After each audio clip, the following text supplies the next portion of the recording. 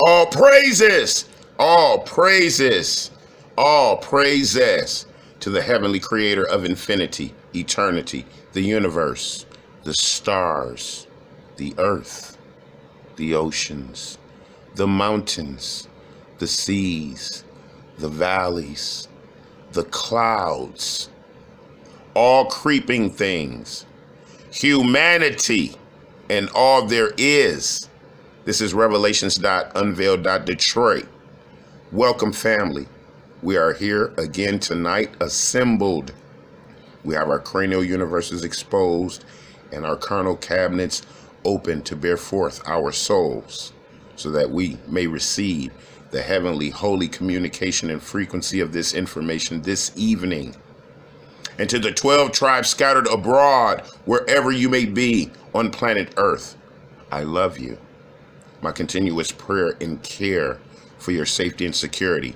And for my brothers and sisters of the world, the pending Israelites, the Moors and melanated, the sovereigns and sojourners, the copper-colored, the people of color, the original man and children of God, the aboriginals and indigenous, the natives, Negroes and niggas, the African Americans and blacks, the descendants of slaves, and those conquered and colonized. Yes, family, we are here again to receive another historical document presentation, a part of our conspiracy document presentation. This letter goes with the Willie Lynch letter series, the King Alfred plan series, the, what was it? There's another letter in that playlist. Nevertheless, this letter will be joined within that series for our continued carnal comprehension of the existence that goes on around us as the children of the covenant, the true beings of light, the beings who have the everlasting and living power of the holy creator of all breathe into us as we are made in his image. And so we began at the Revelations.Unveiled. Detroit standards in the book of Malachi, chapter 3, verse 6. For I am the Lord, I change not. Therefore you sons of Jacob are not consumed. Fortified by our second eternal standard in the book of Hebrews, chapter 13, verse 8, in reference to the holy anointed Messiah, the wonderful, the Redeemer, the Savior, the King of Israel, whom the world refers to as Jesus Christ, the same yesterday and today and forever. And tonight's presentation is a reading of the Memo 46. And this inspiration for this presentation was brought upon my Detroit brother, a fellow YouTuber, brother KD84. Go check out his channel. Very interesting character, real witty about that life as a Hebrew. And we began. This document is Exhibit 10 of U.S. Supreme Court case number 00-9587. National Security Council Memorandum 46, March 17, 1978.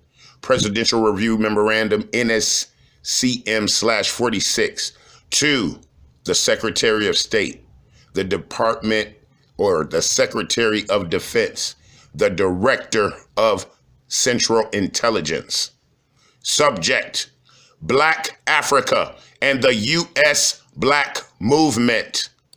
The president has directed a comprehensive review to be made of current developments in Black Africa from the point of view of their possible impacts on the Black movement in the United States.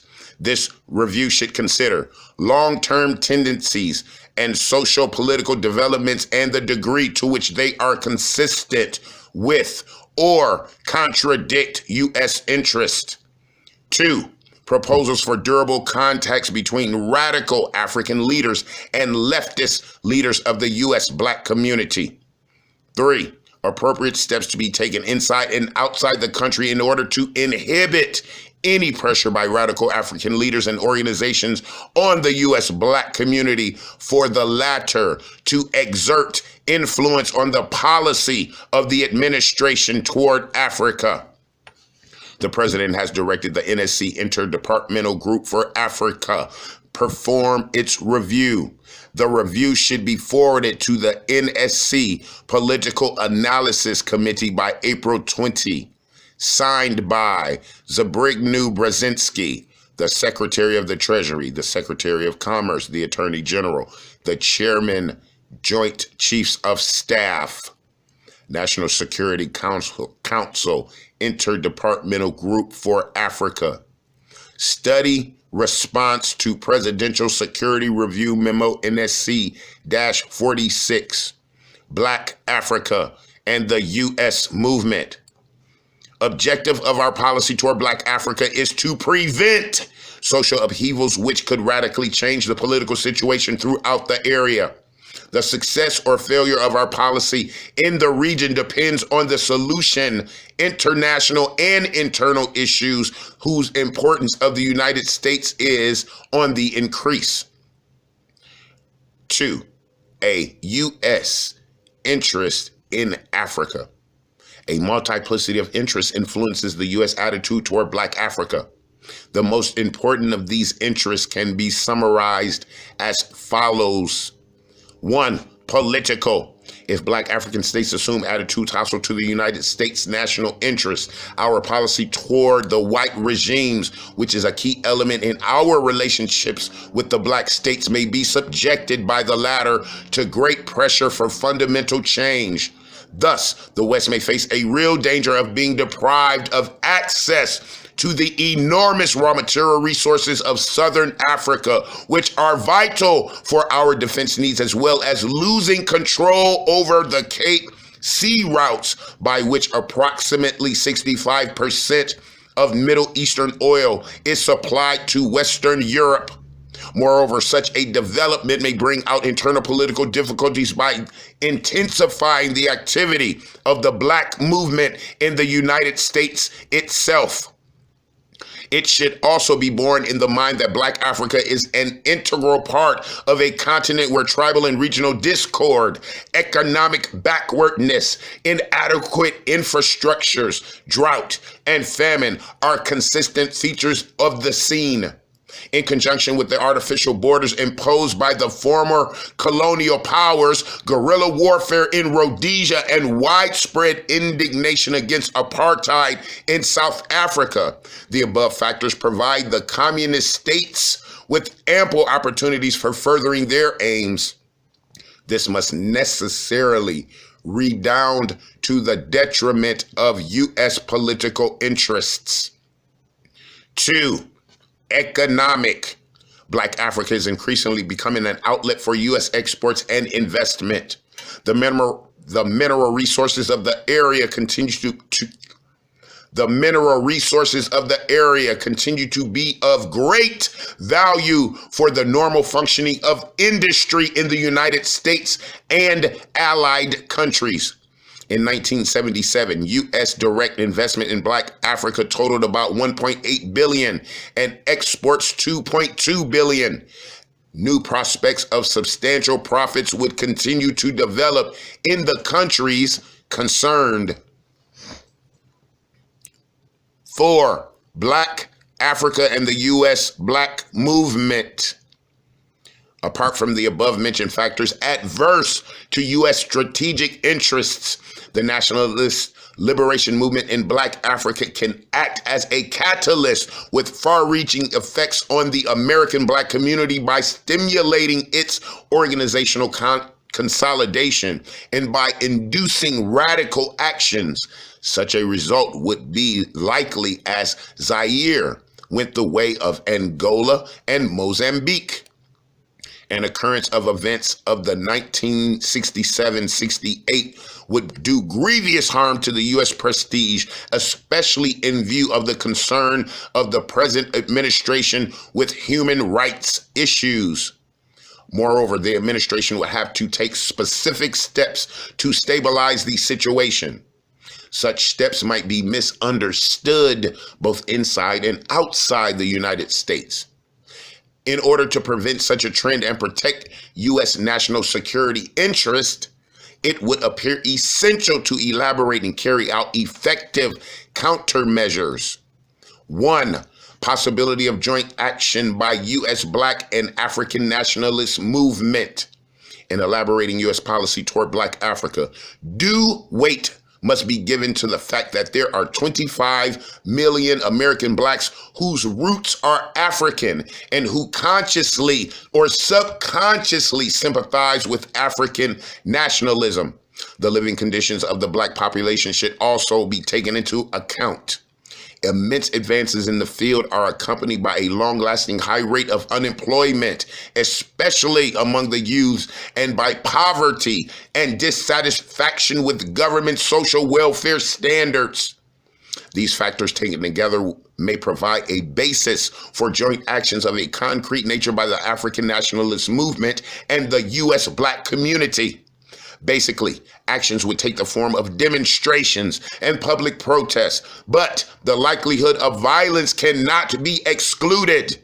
There would also be attempts to coordinate their political activity both locally and in international organizations. Inside the United States, these actions could include protest demonstrations against our policy toward South Africa, accompanied by demand for boycotting corporations and banks which maintain links with that country. Attempts to establish a permanent Black lobby in Congress, including activists, leftist radical groups, and Black legislators. The reemergence of Pan-African ideals, resumption of protest marches recalling the days of Martin Luther King, renewal of the extremist national idea of establishing an African republic on American soil. Finally, leftist radical elements of the Black community could resume extremist actions in the style of the defunct Black Panther Party. Internationally, damage can be done to the United States by coordinated activity of African states designed to condemn U.S. policy towards South Africa and initiate discussions on the U.S. radical issues at the United Nations, where the African representation constitutes a powerful bloc with about 1/3 of all votes. A menace to the U.S. interests, though not a critical one, could be posed by a boycott by Black African states against American companies which maintain contact with South Africa and Rhodesia. If the idea of economic assistance to Black Americans shared by some African regimes could be realized by their placing orders in the United States, mainly with companies owned by Blacks, they could gain a limited influence on the U.S. Black community.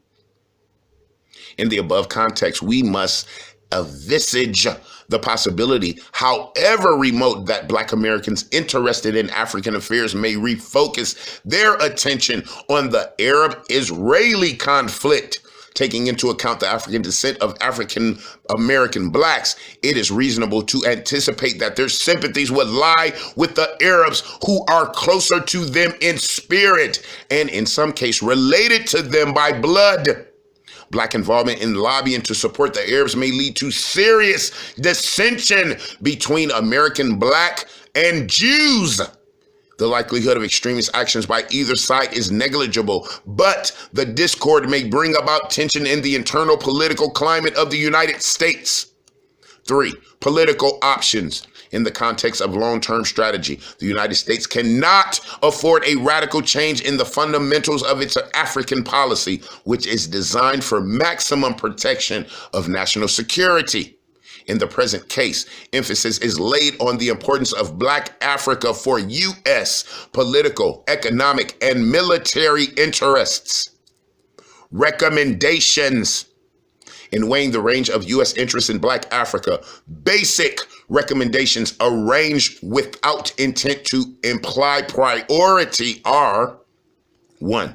Specific steps should be taken with the help of appropriate government agencies to inhibit coordinated activity of the Black movement in the United States. 2. Special clandestine operations should be launched by the CIA to generate mistrust and hostility in American and world opinion against joint activity of the two forces, and to cause division among Black African radical national groups and their leaders. U.S. embassies to Black African countries specially interested in Southern Africa must be highly circumspect in view of the activity of certain political circles and influential individuals opposing the objectives and methods of the U.S. policy toward South Africa. It must be kept in mind that the failure of the U.S. strategy in South Africa would adversely affect American standing throughout the world. In addition, this would mean a significant diminution of U.S. influence in Africa and the emergence of new difficulties in our internal situation due to worsening economic prospects.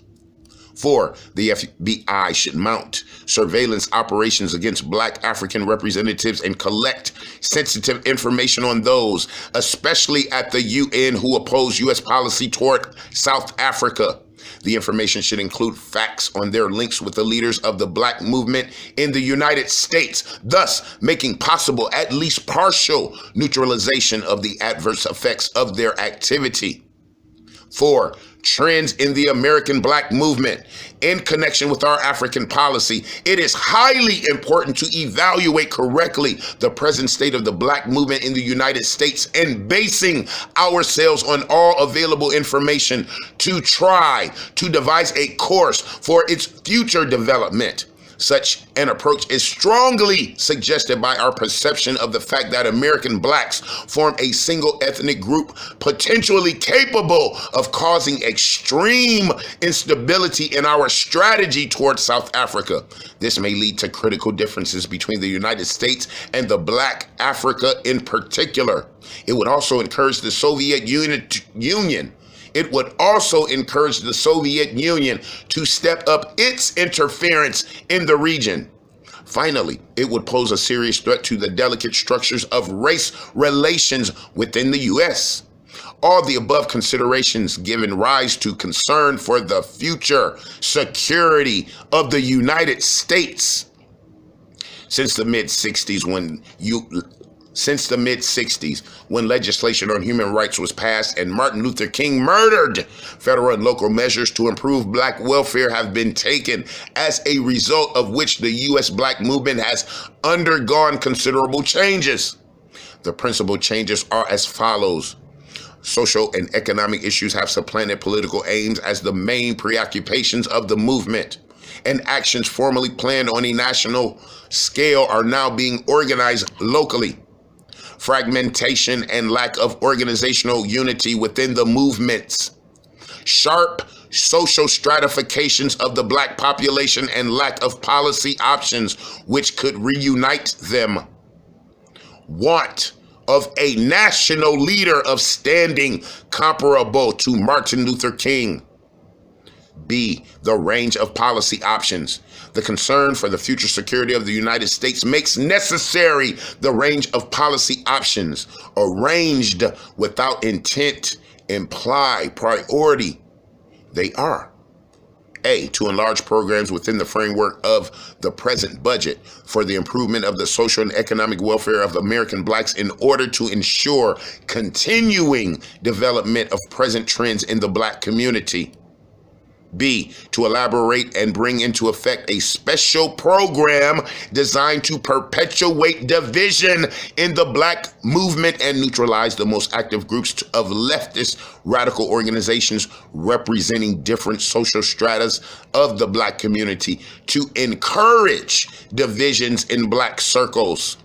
C, to preserve and present climate which inhibits the emergence from within the Black leadership of a person capable of exerting national appeal. D, to work out and realize preventative operations in order to impede durable ties between U.S. Black organizations and radical groups in African states.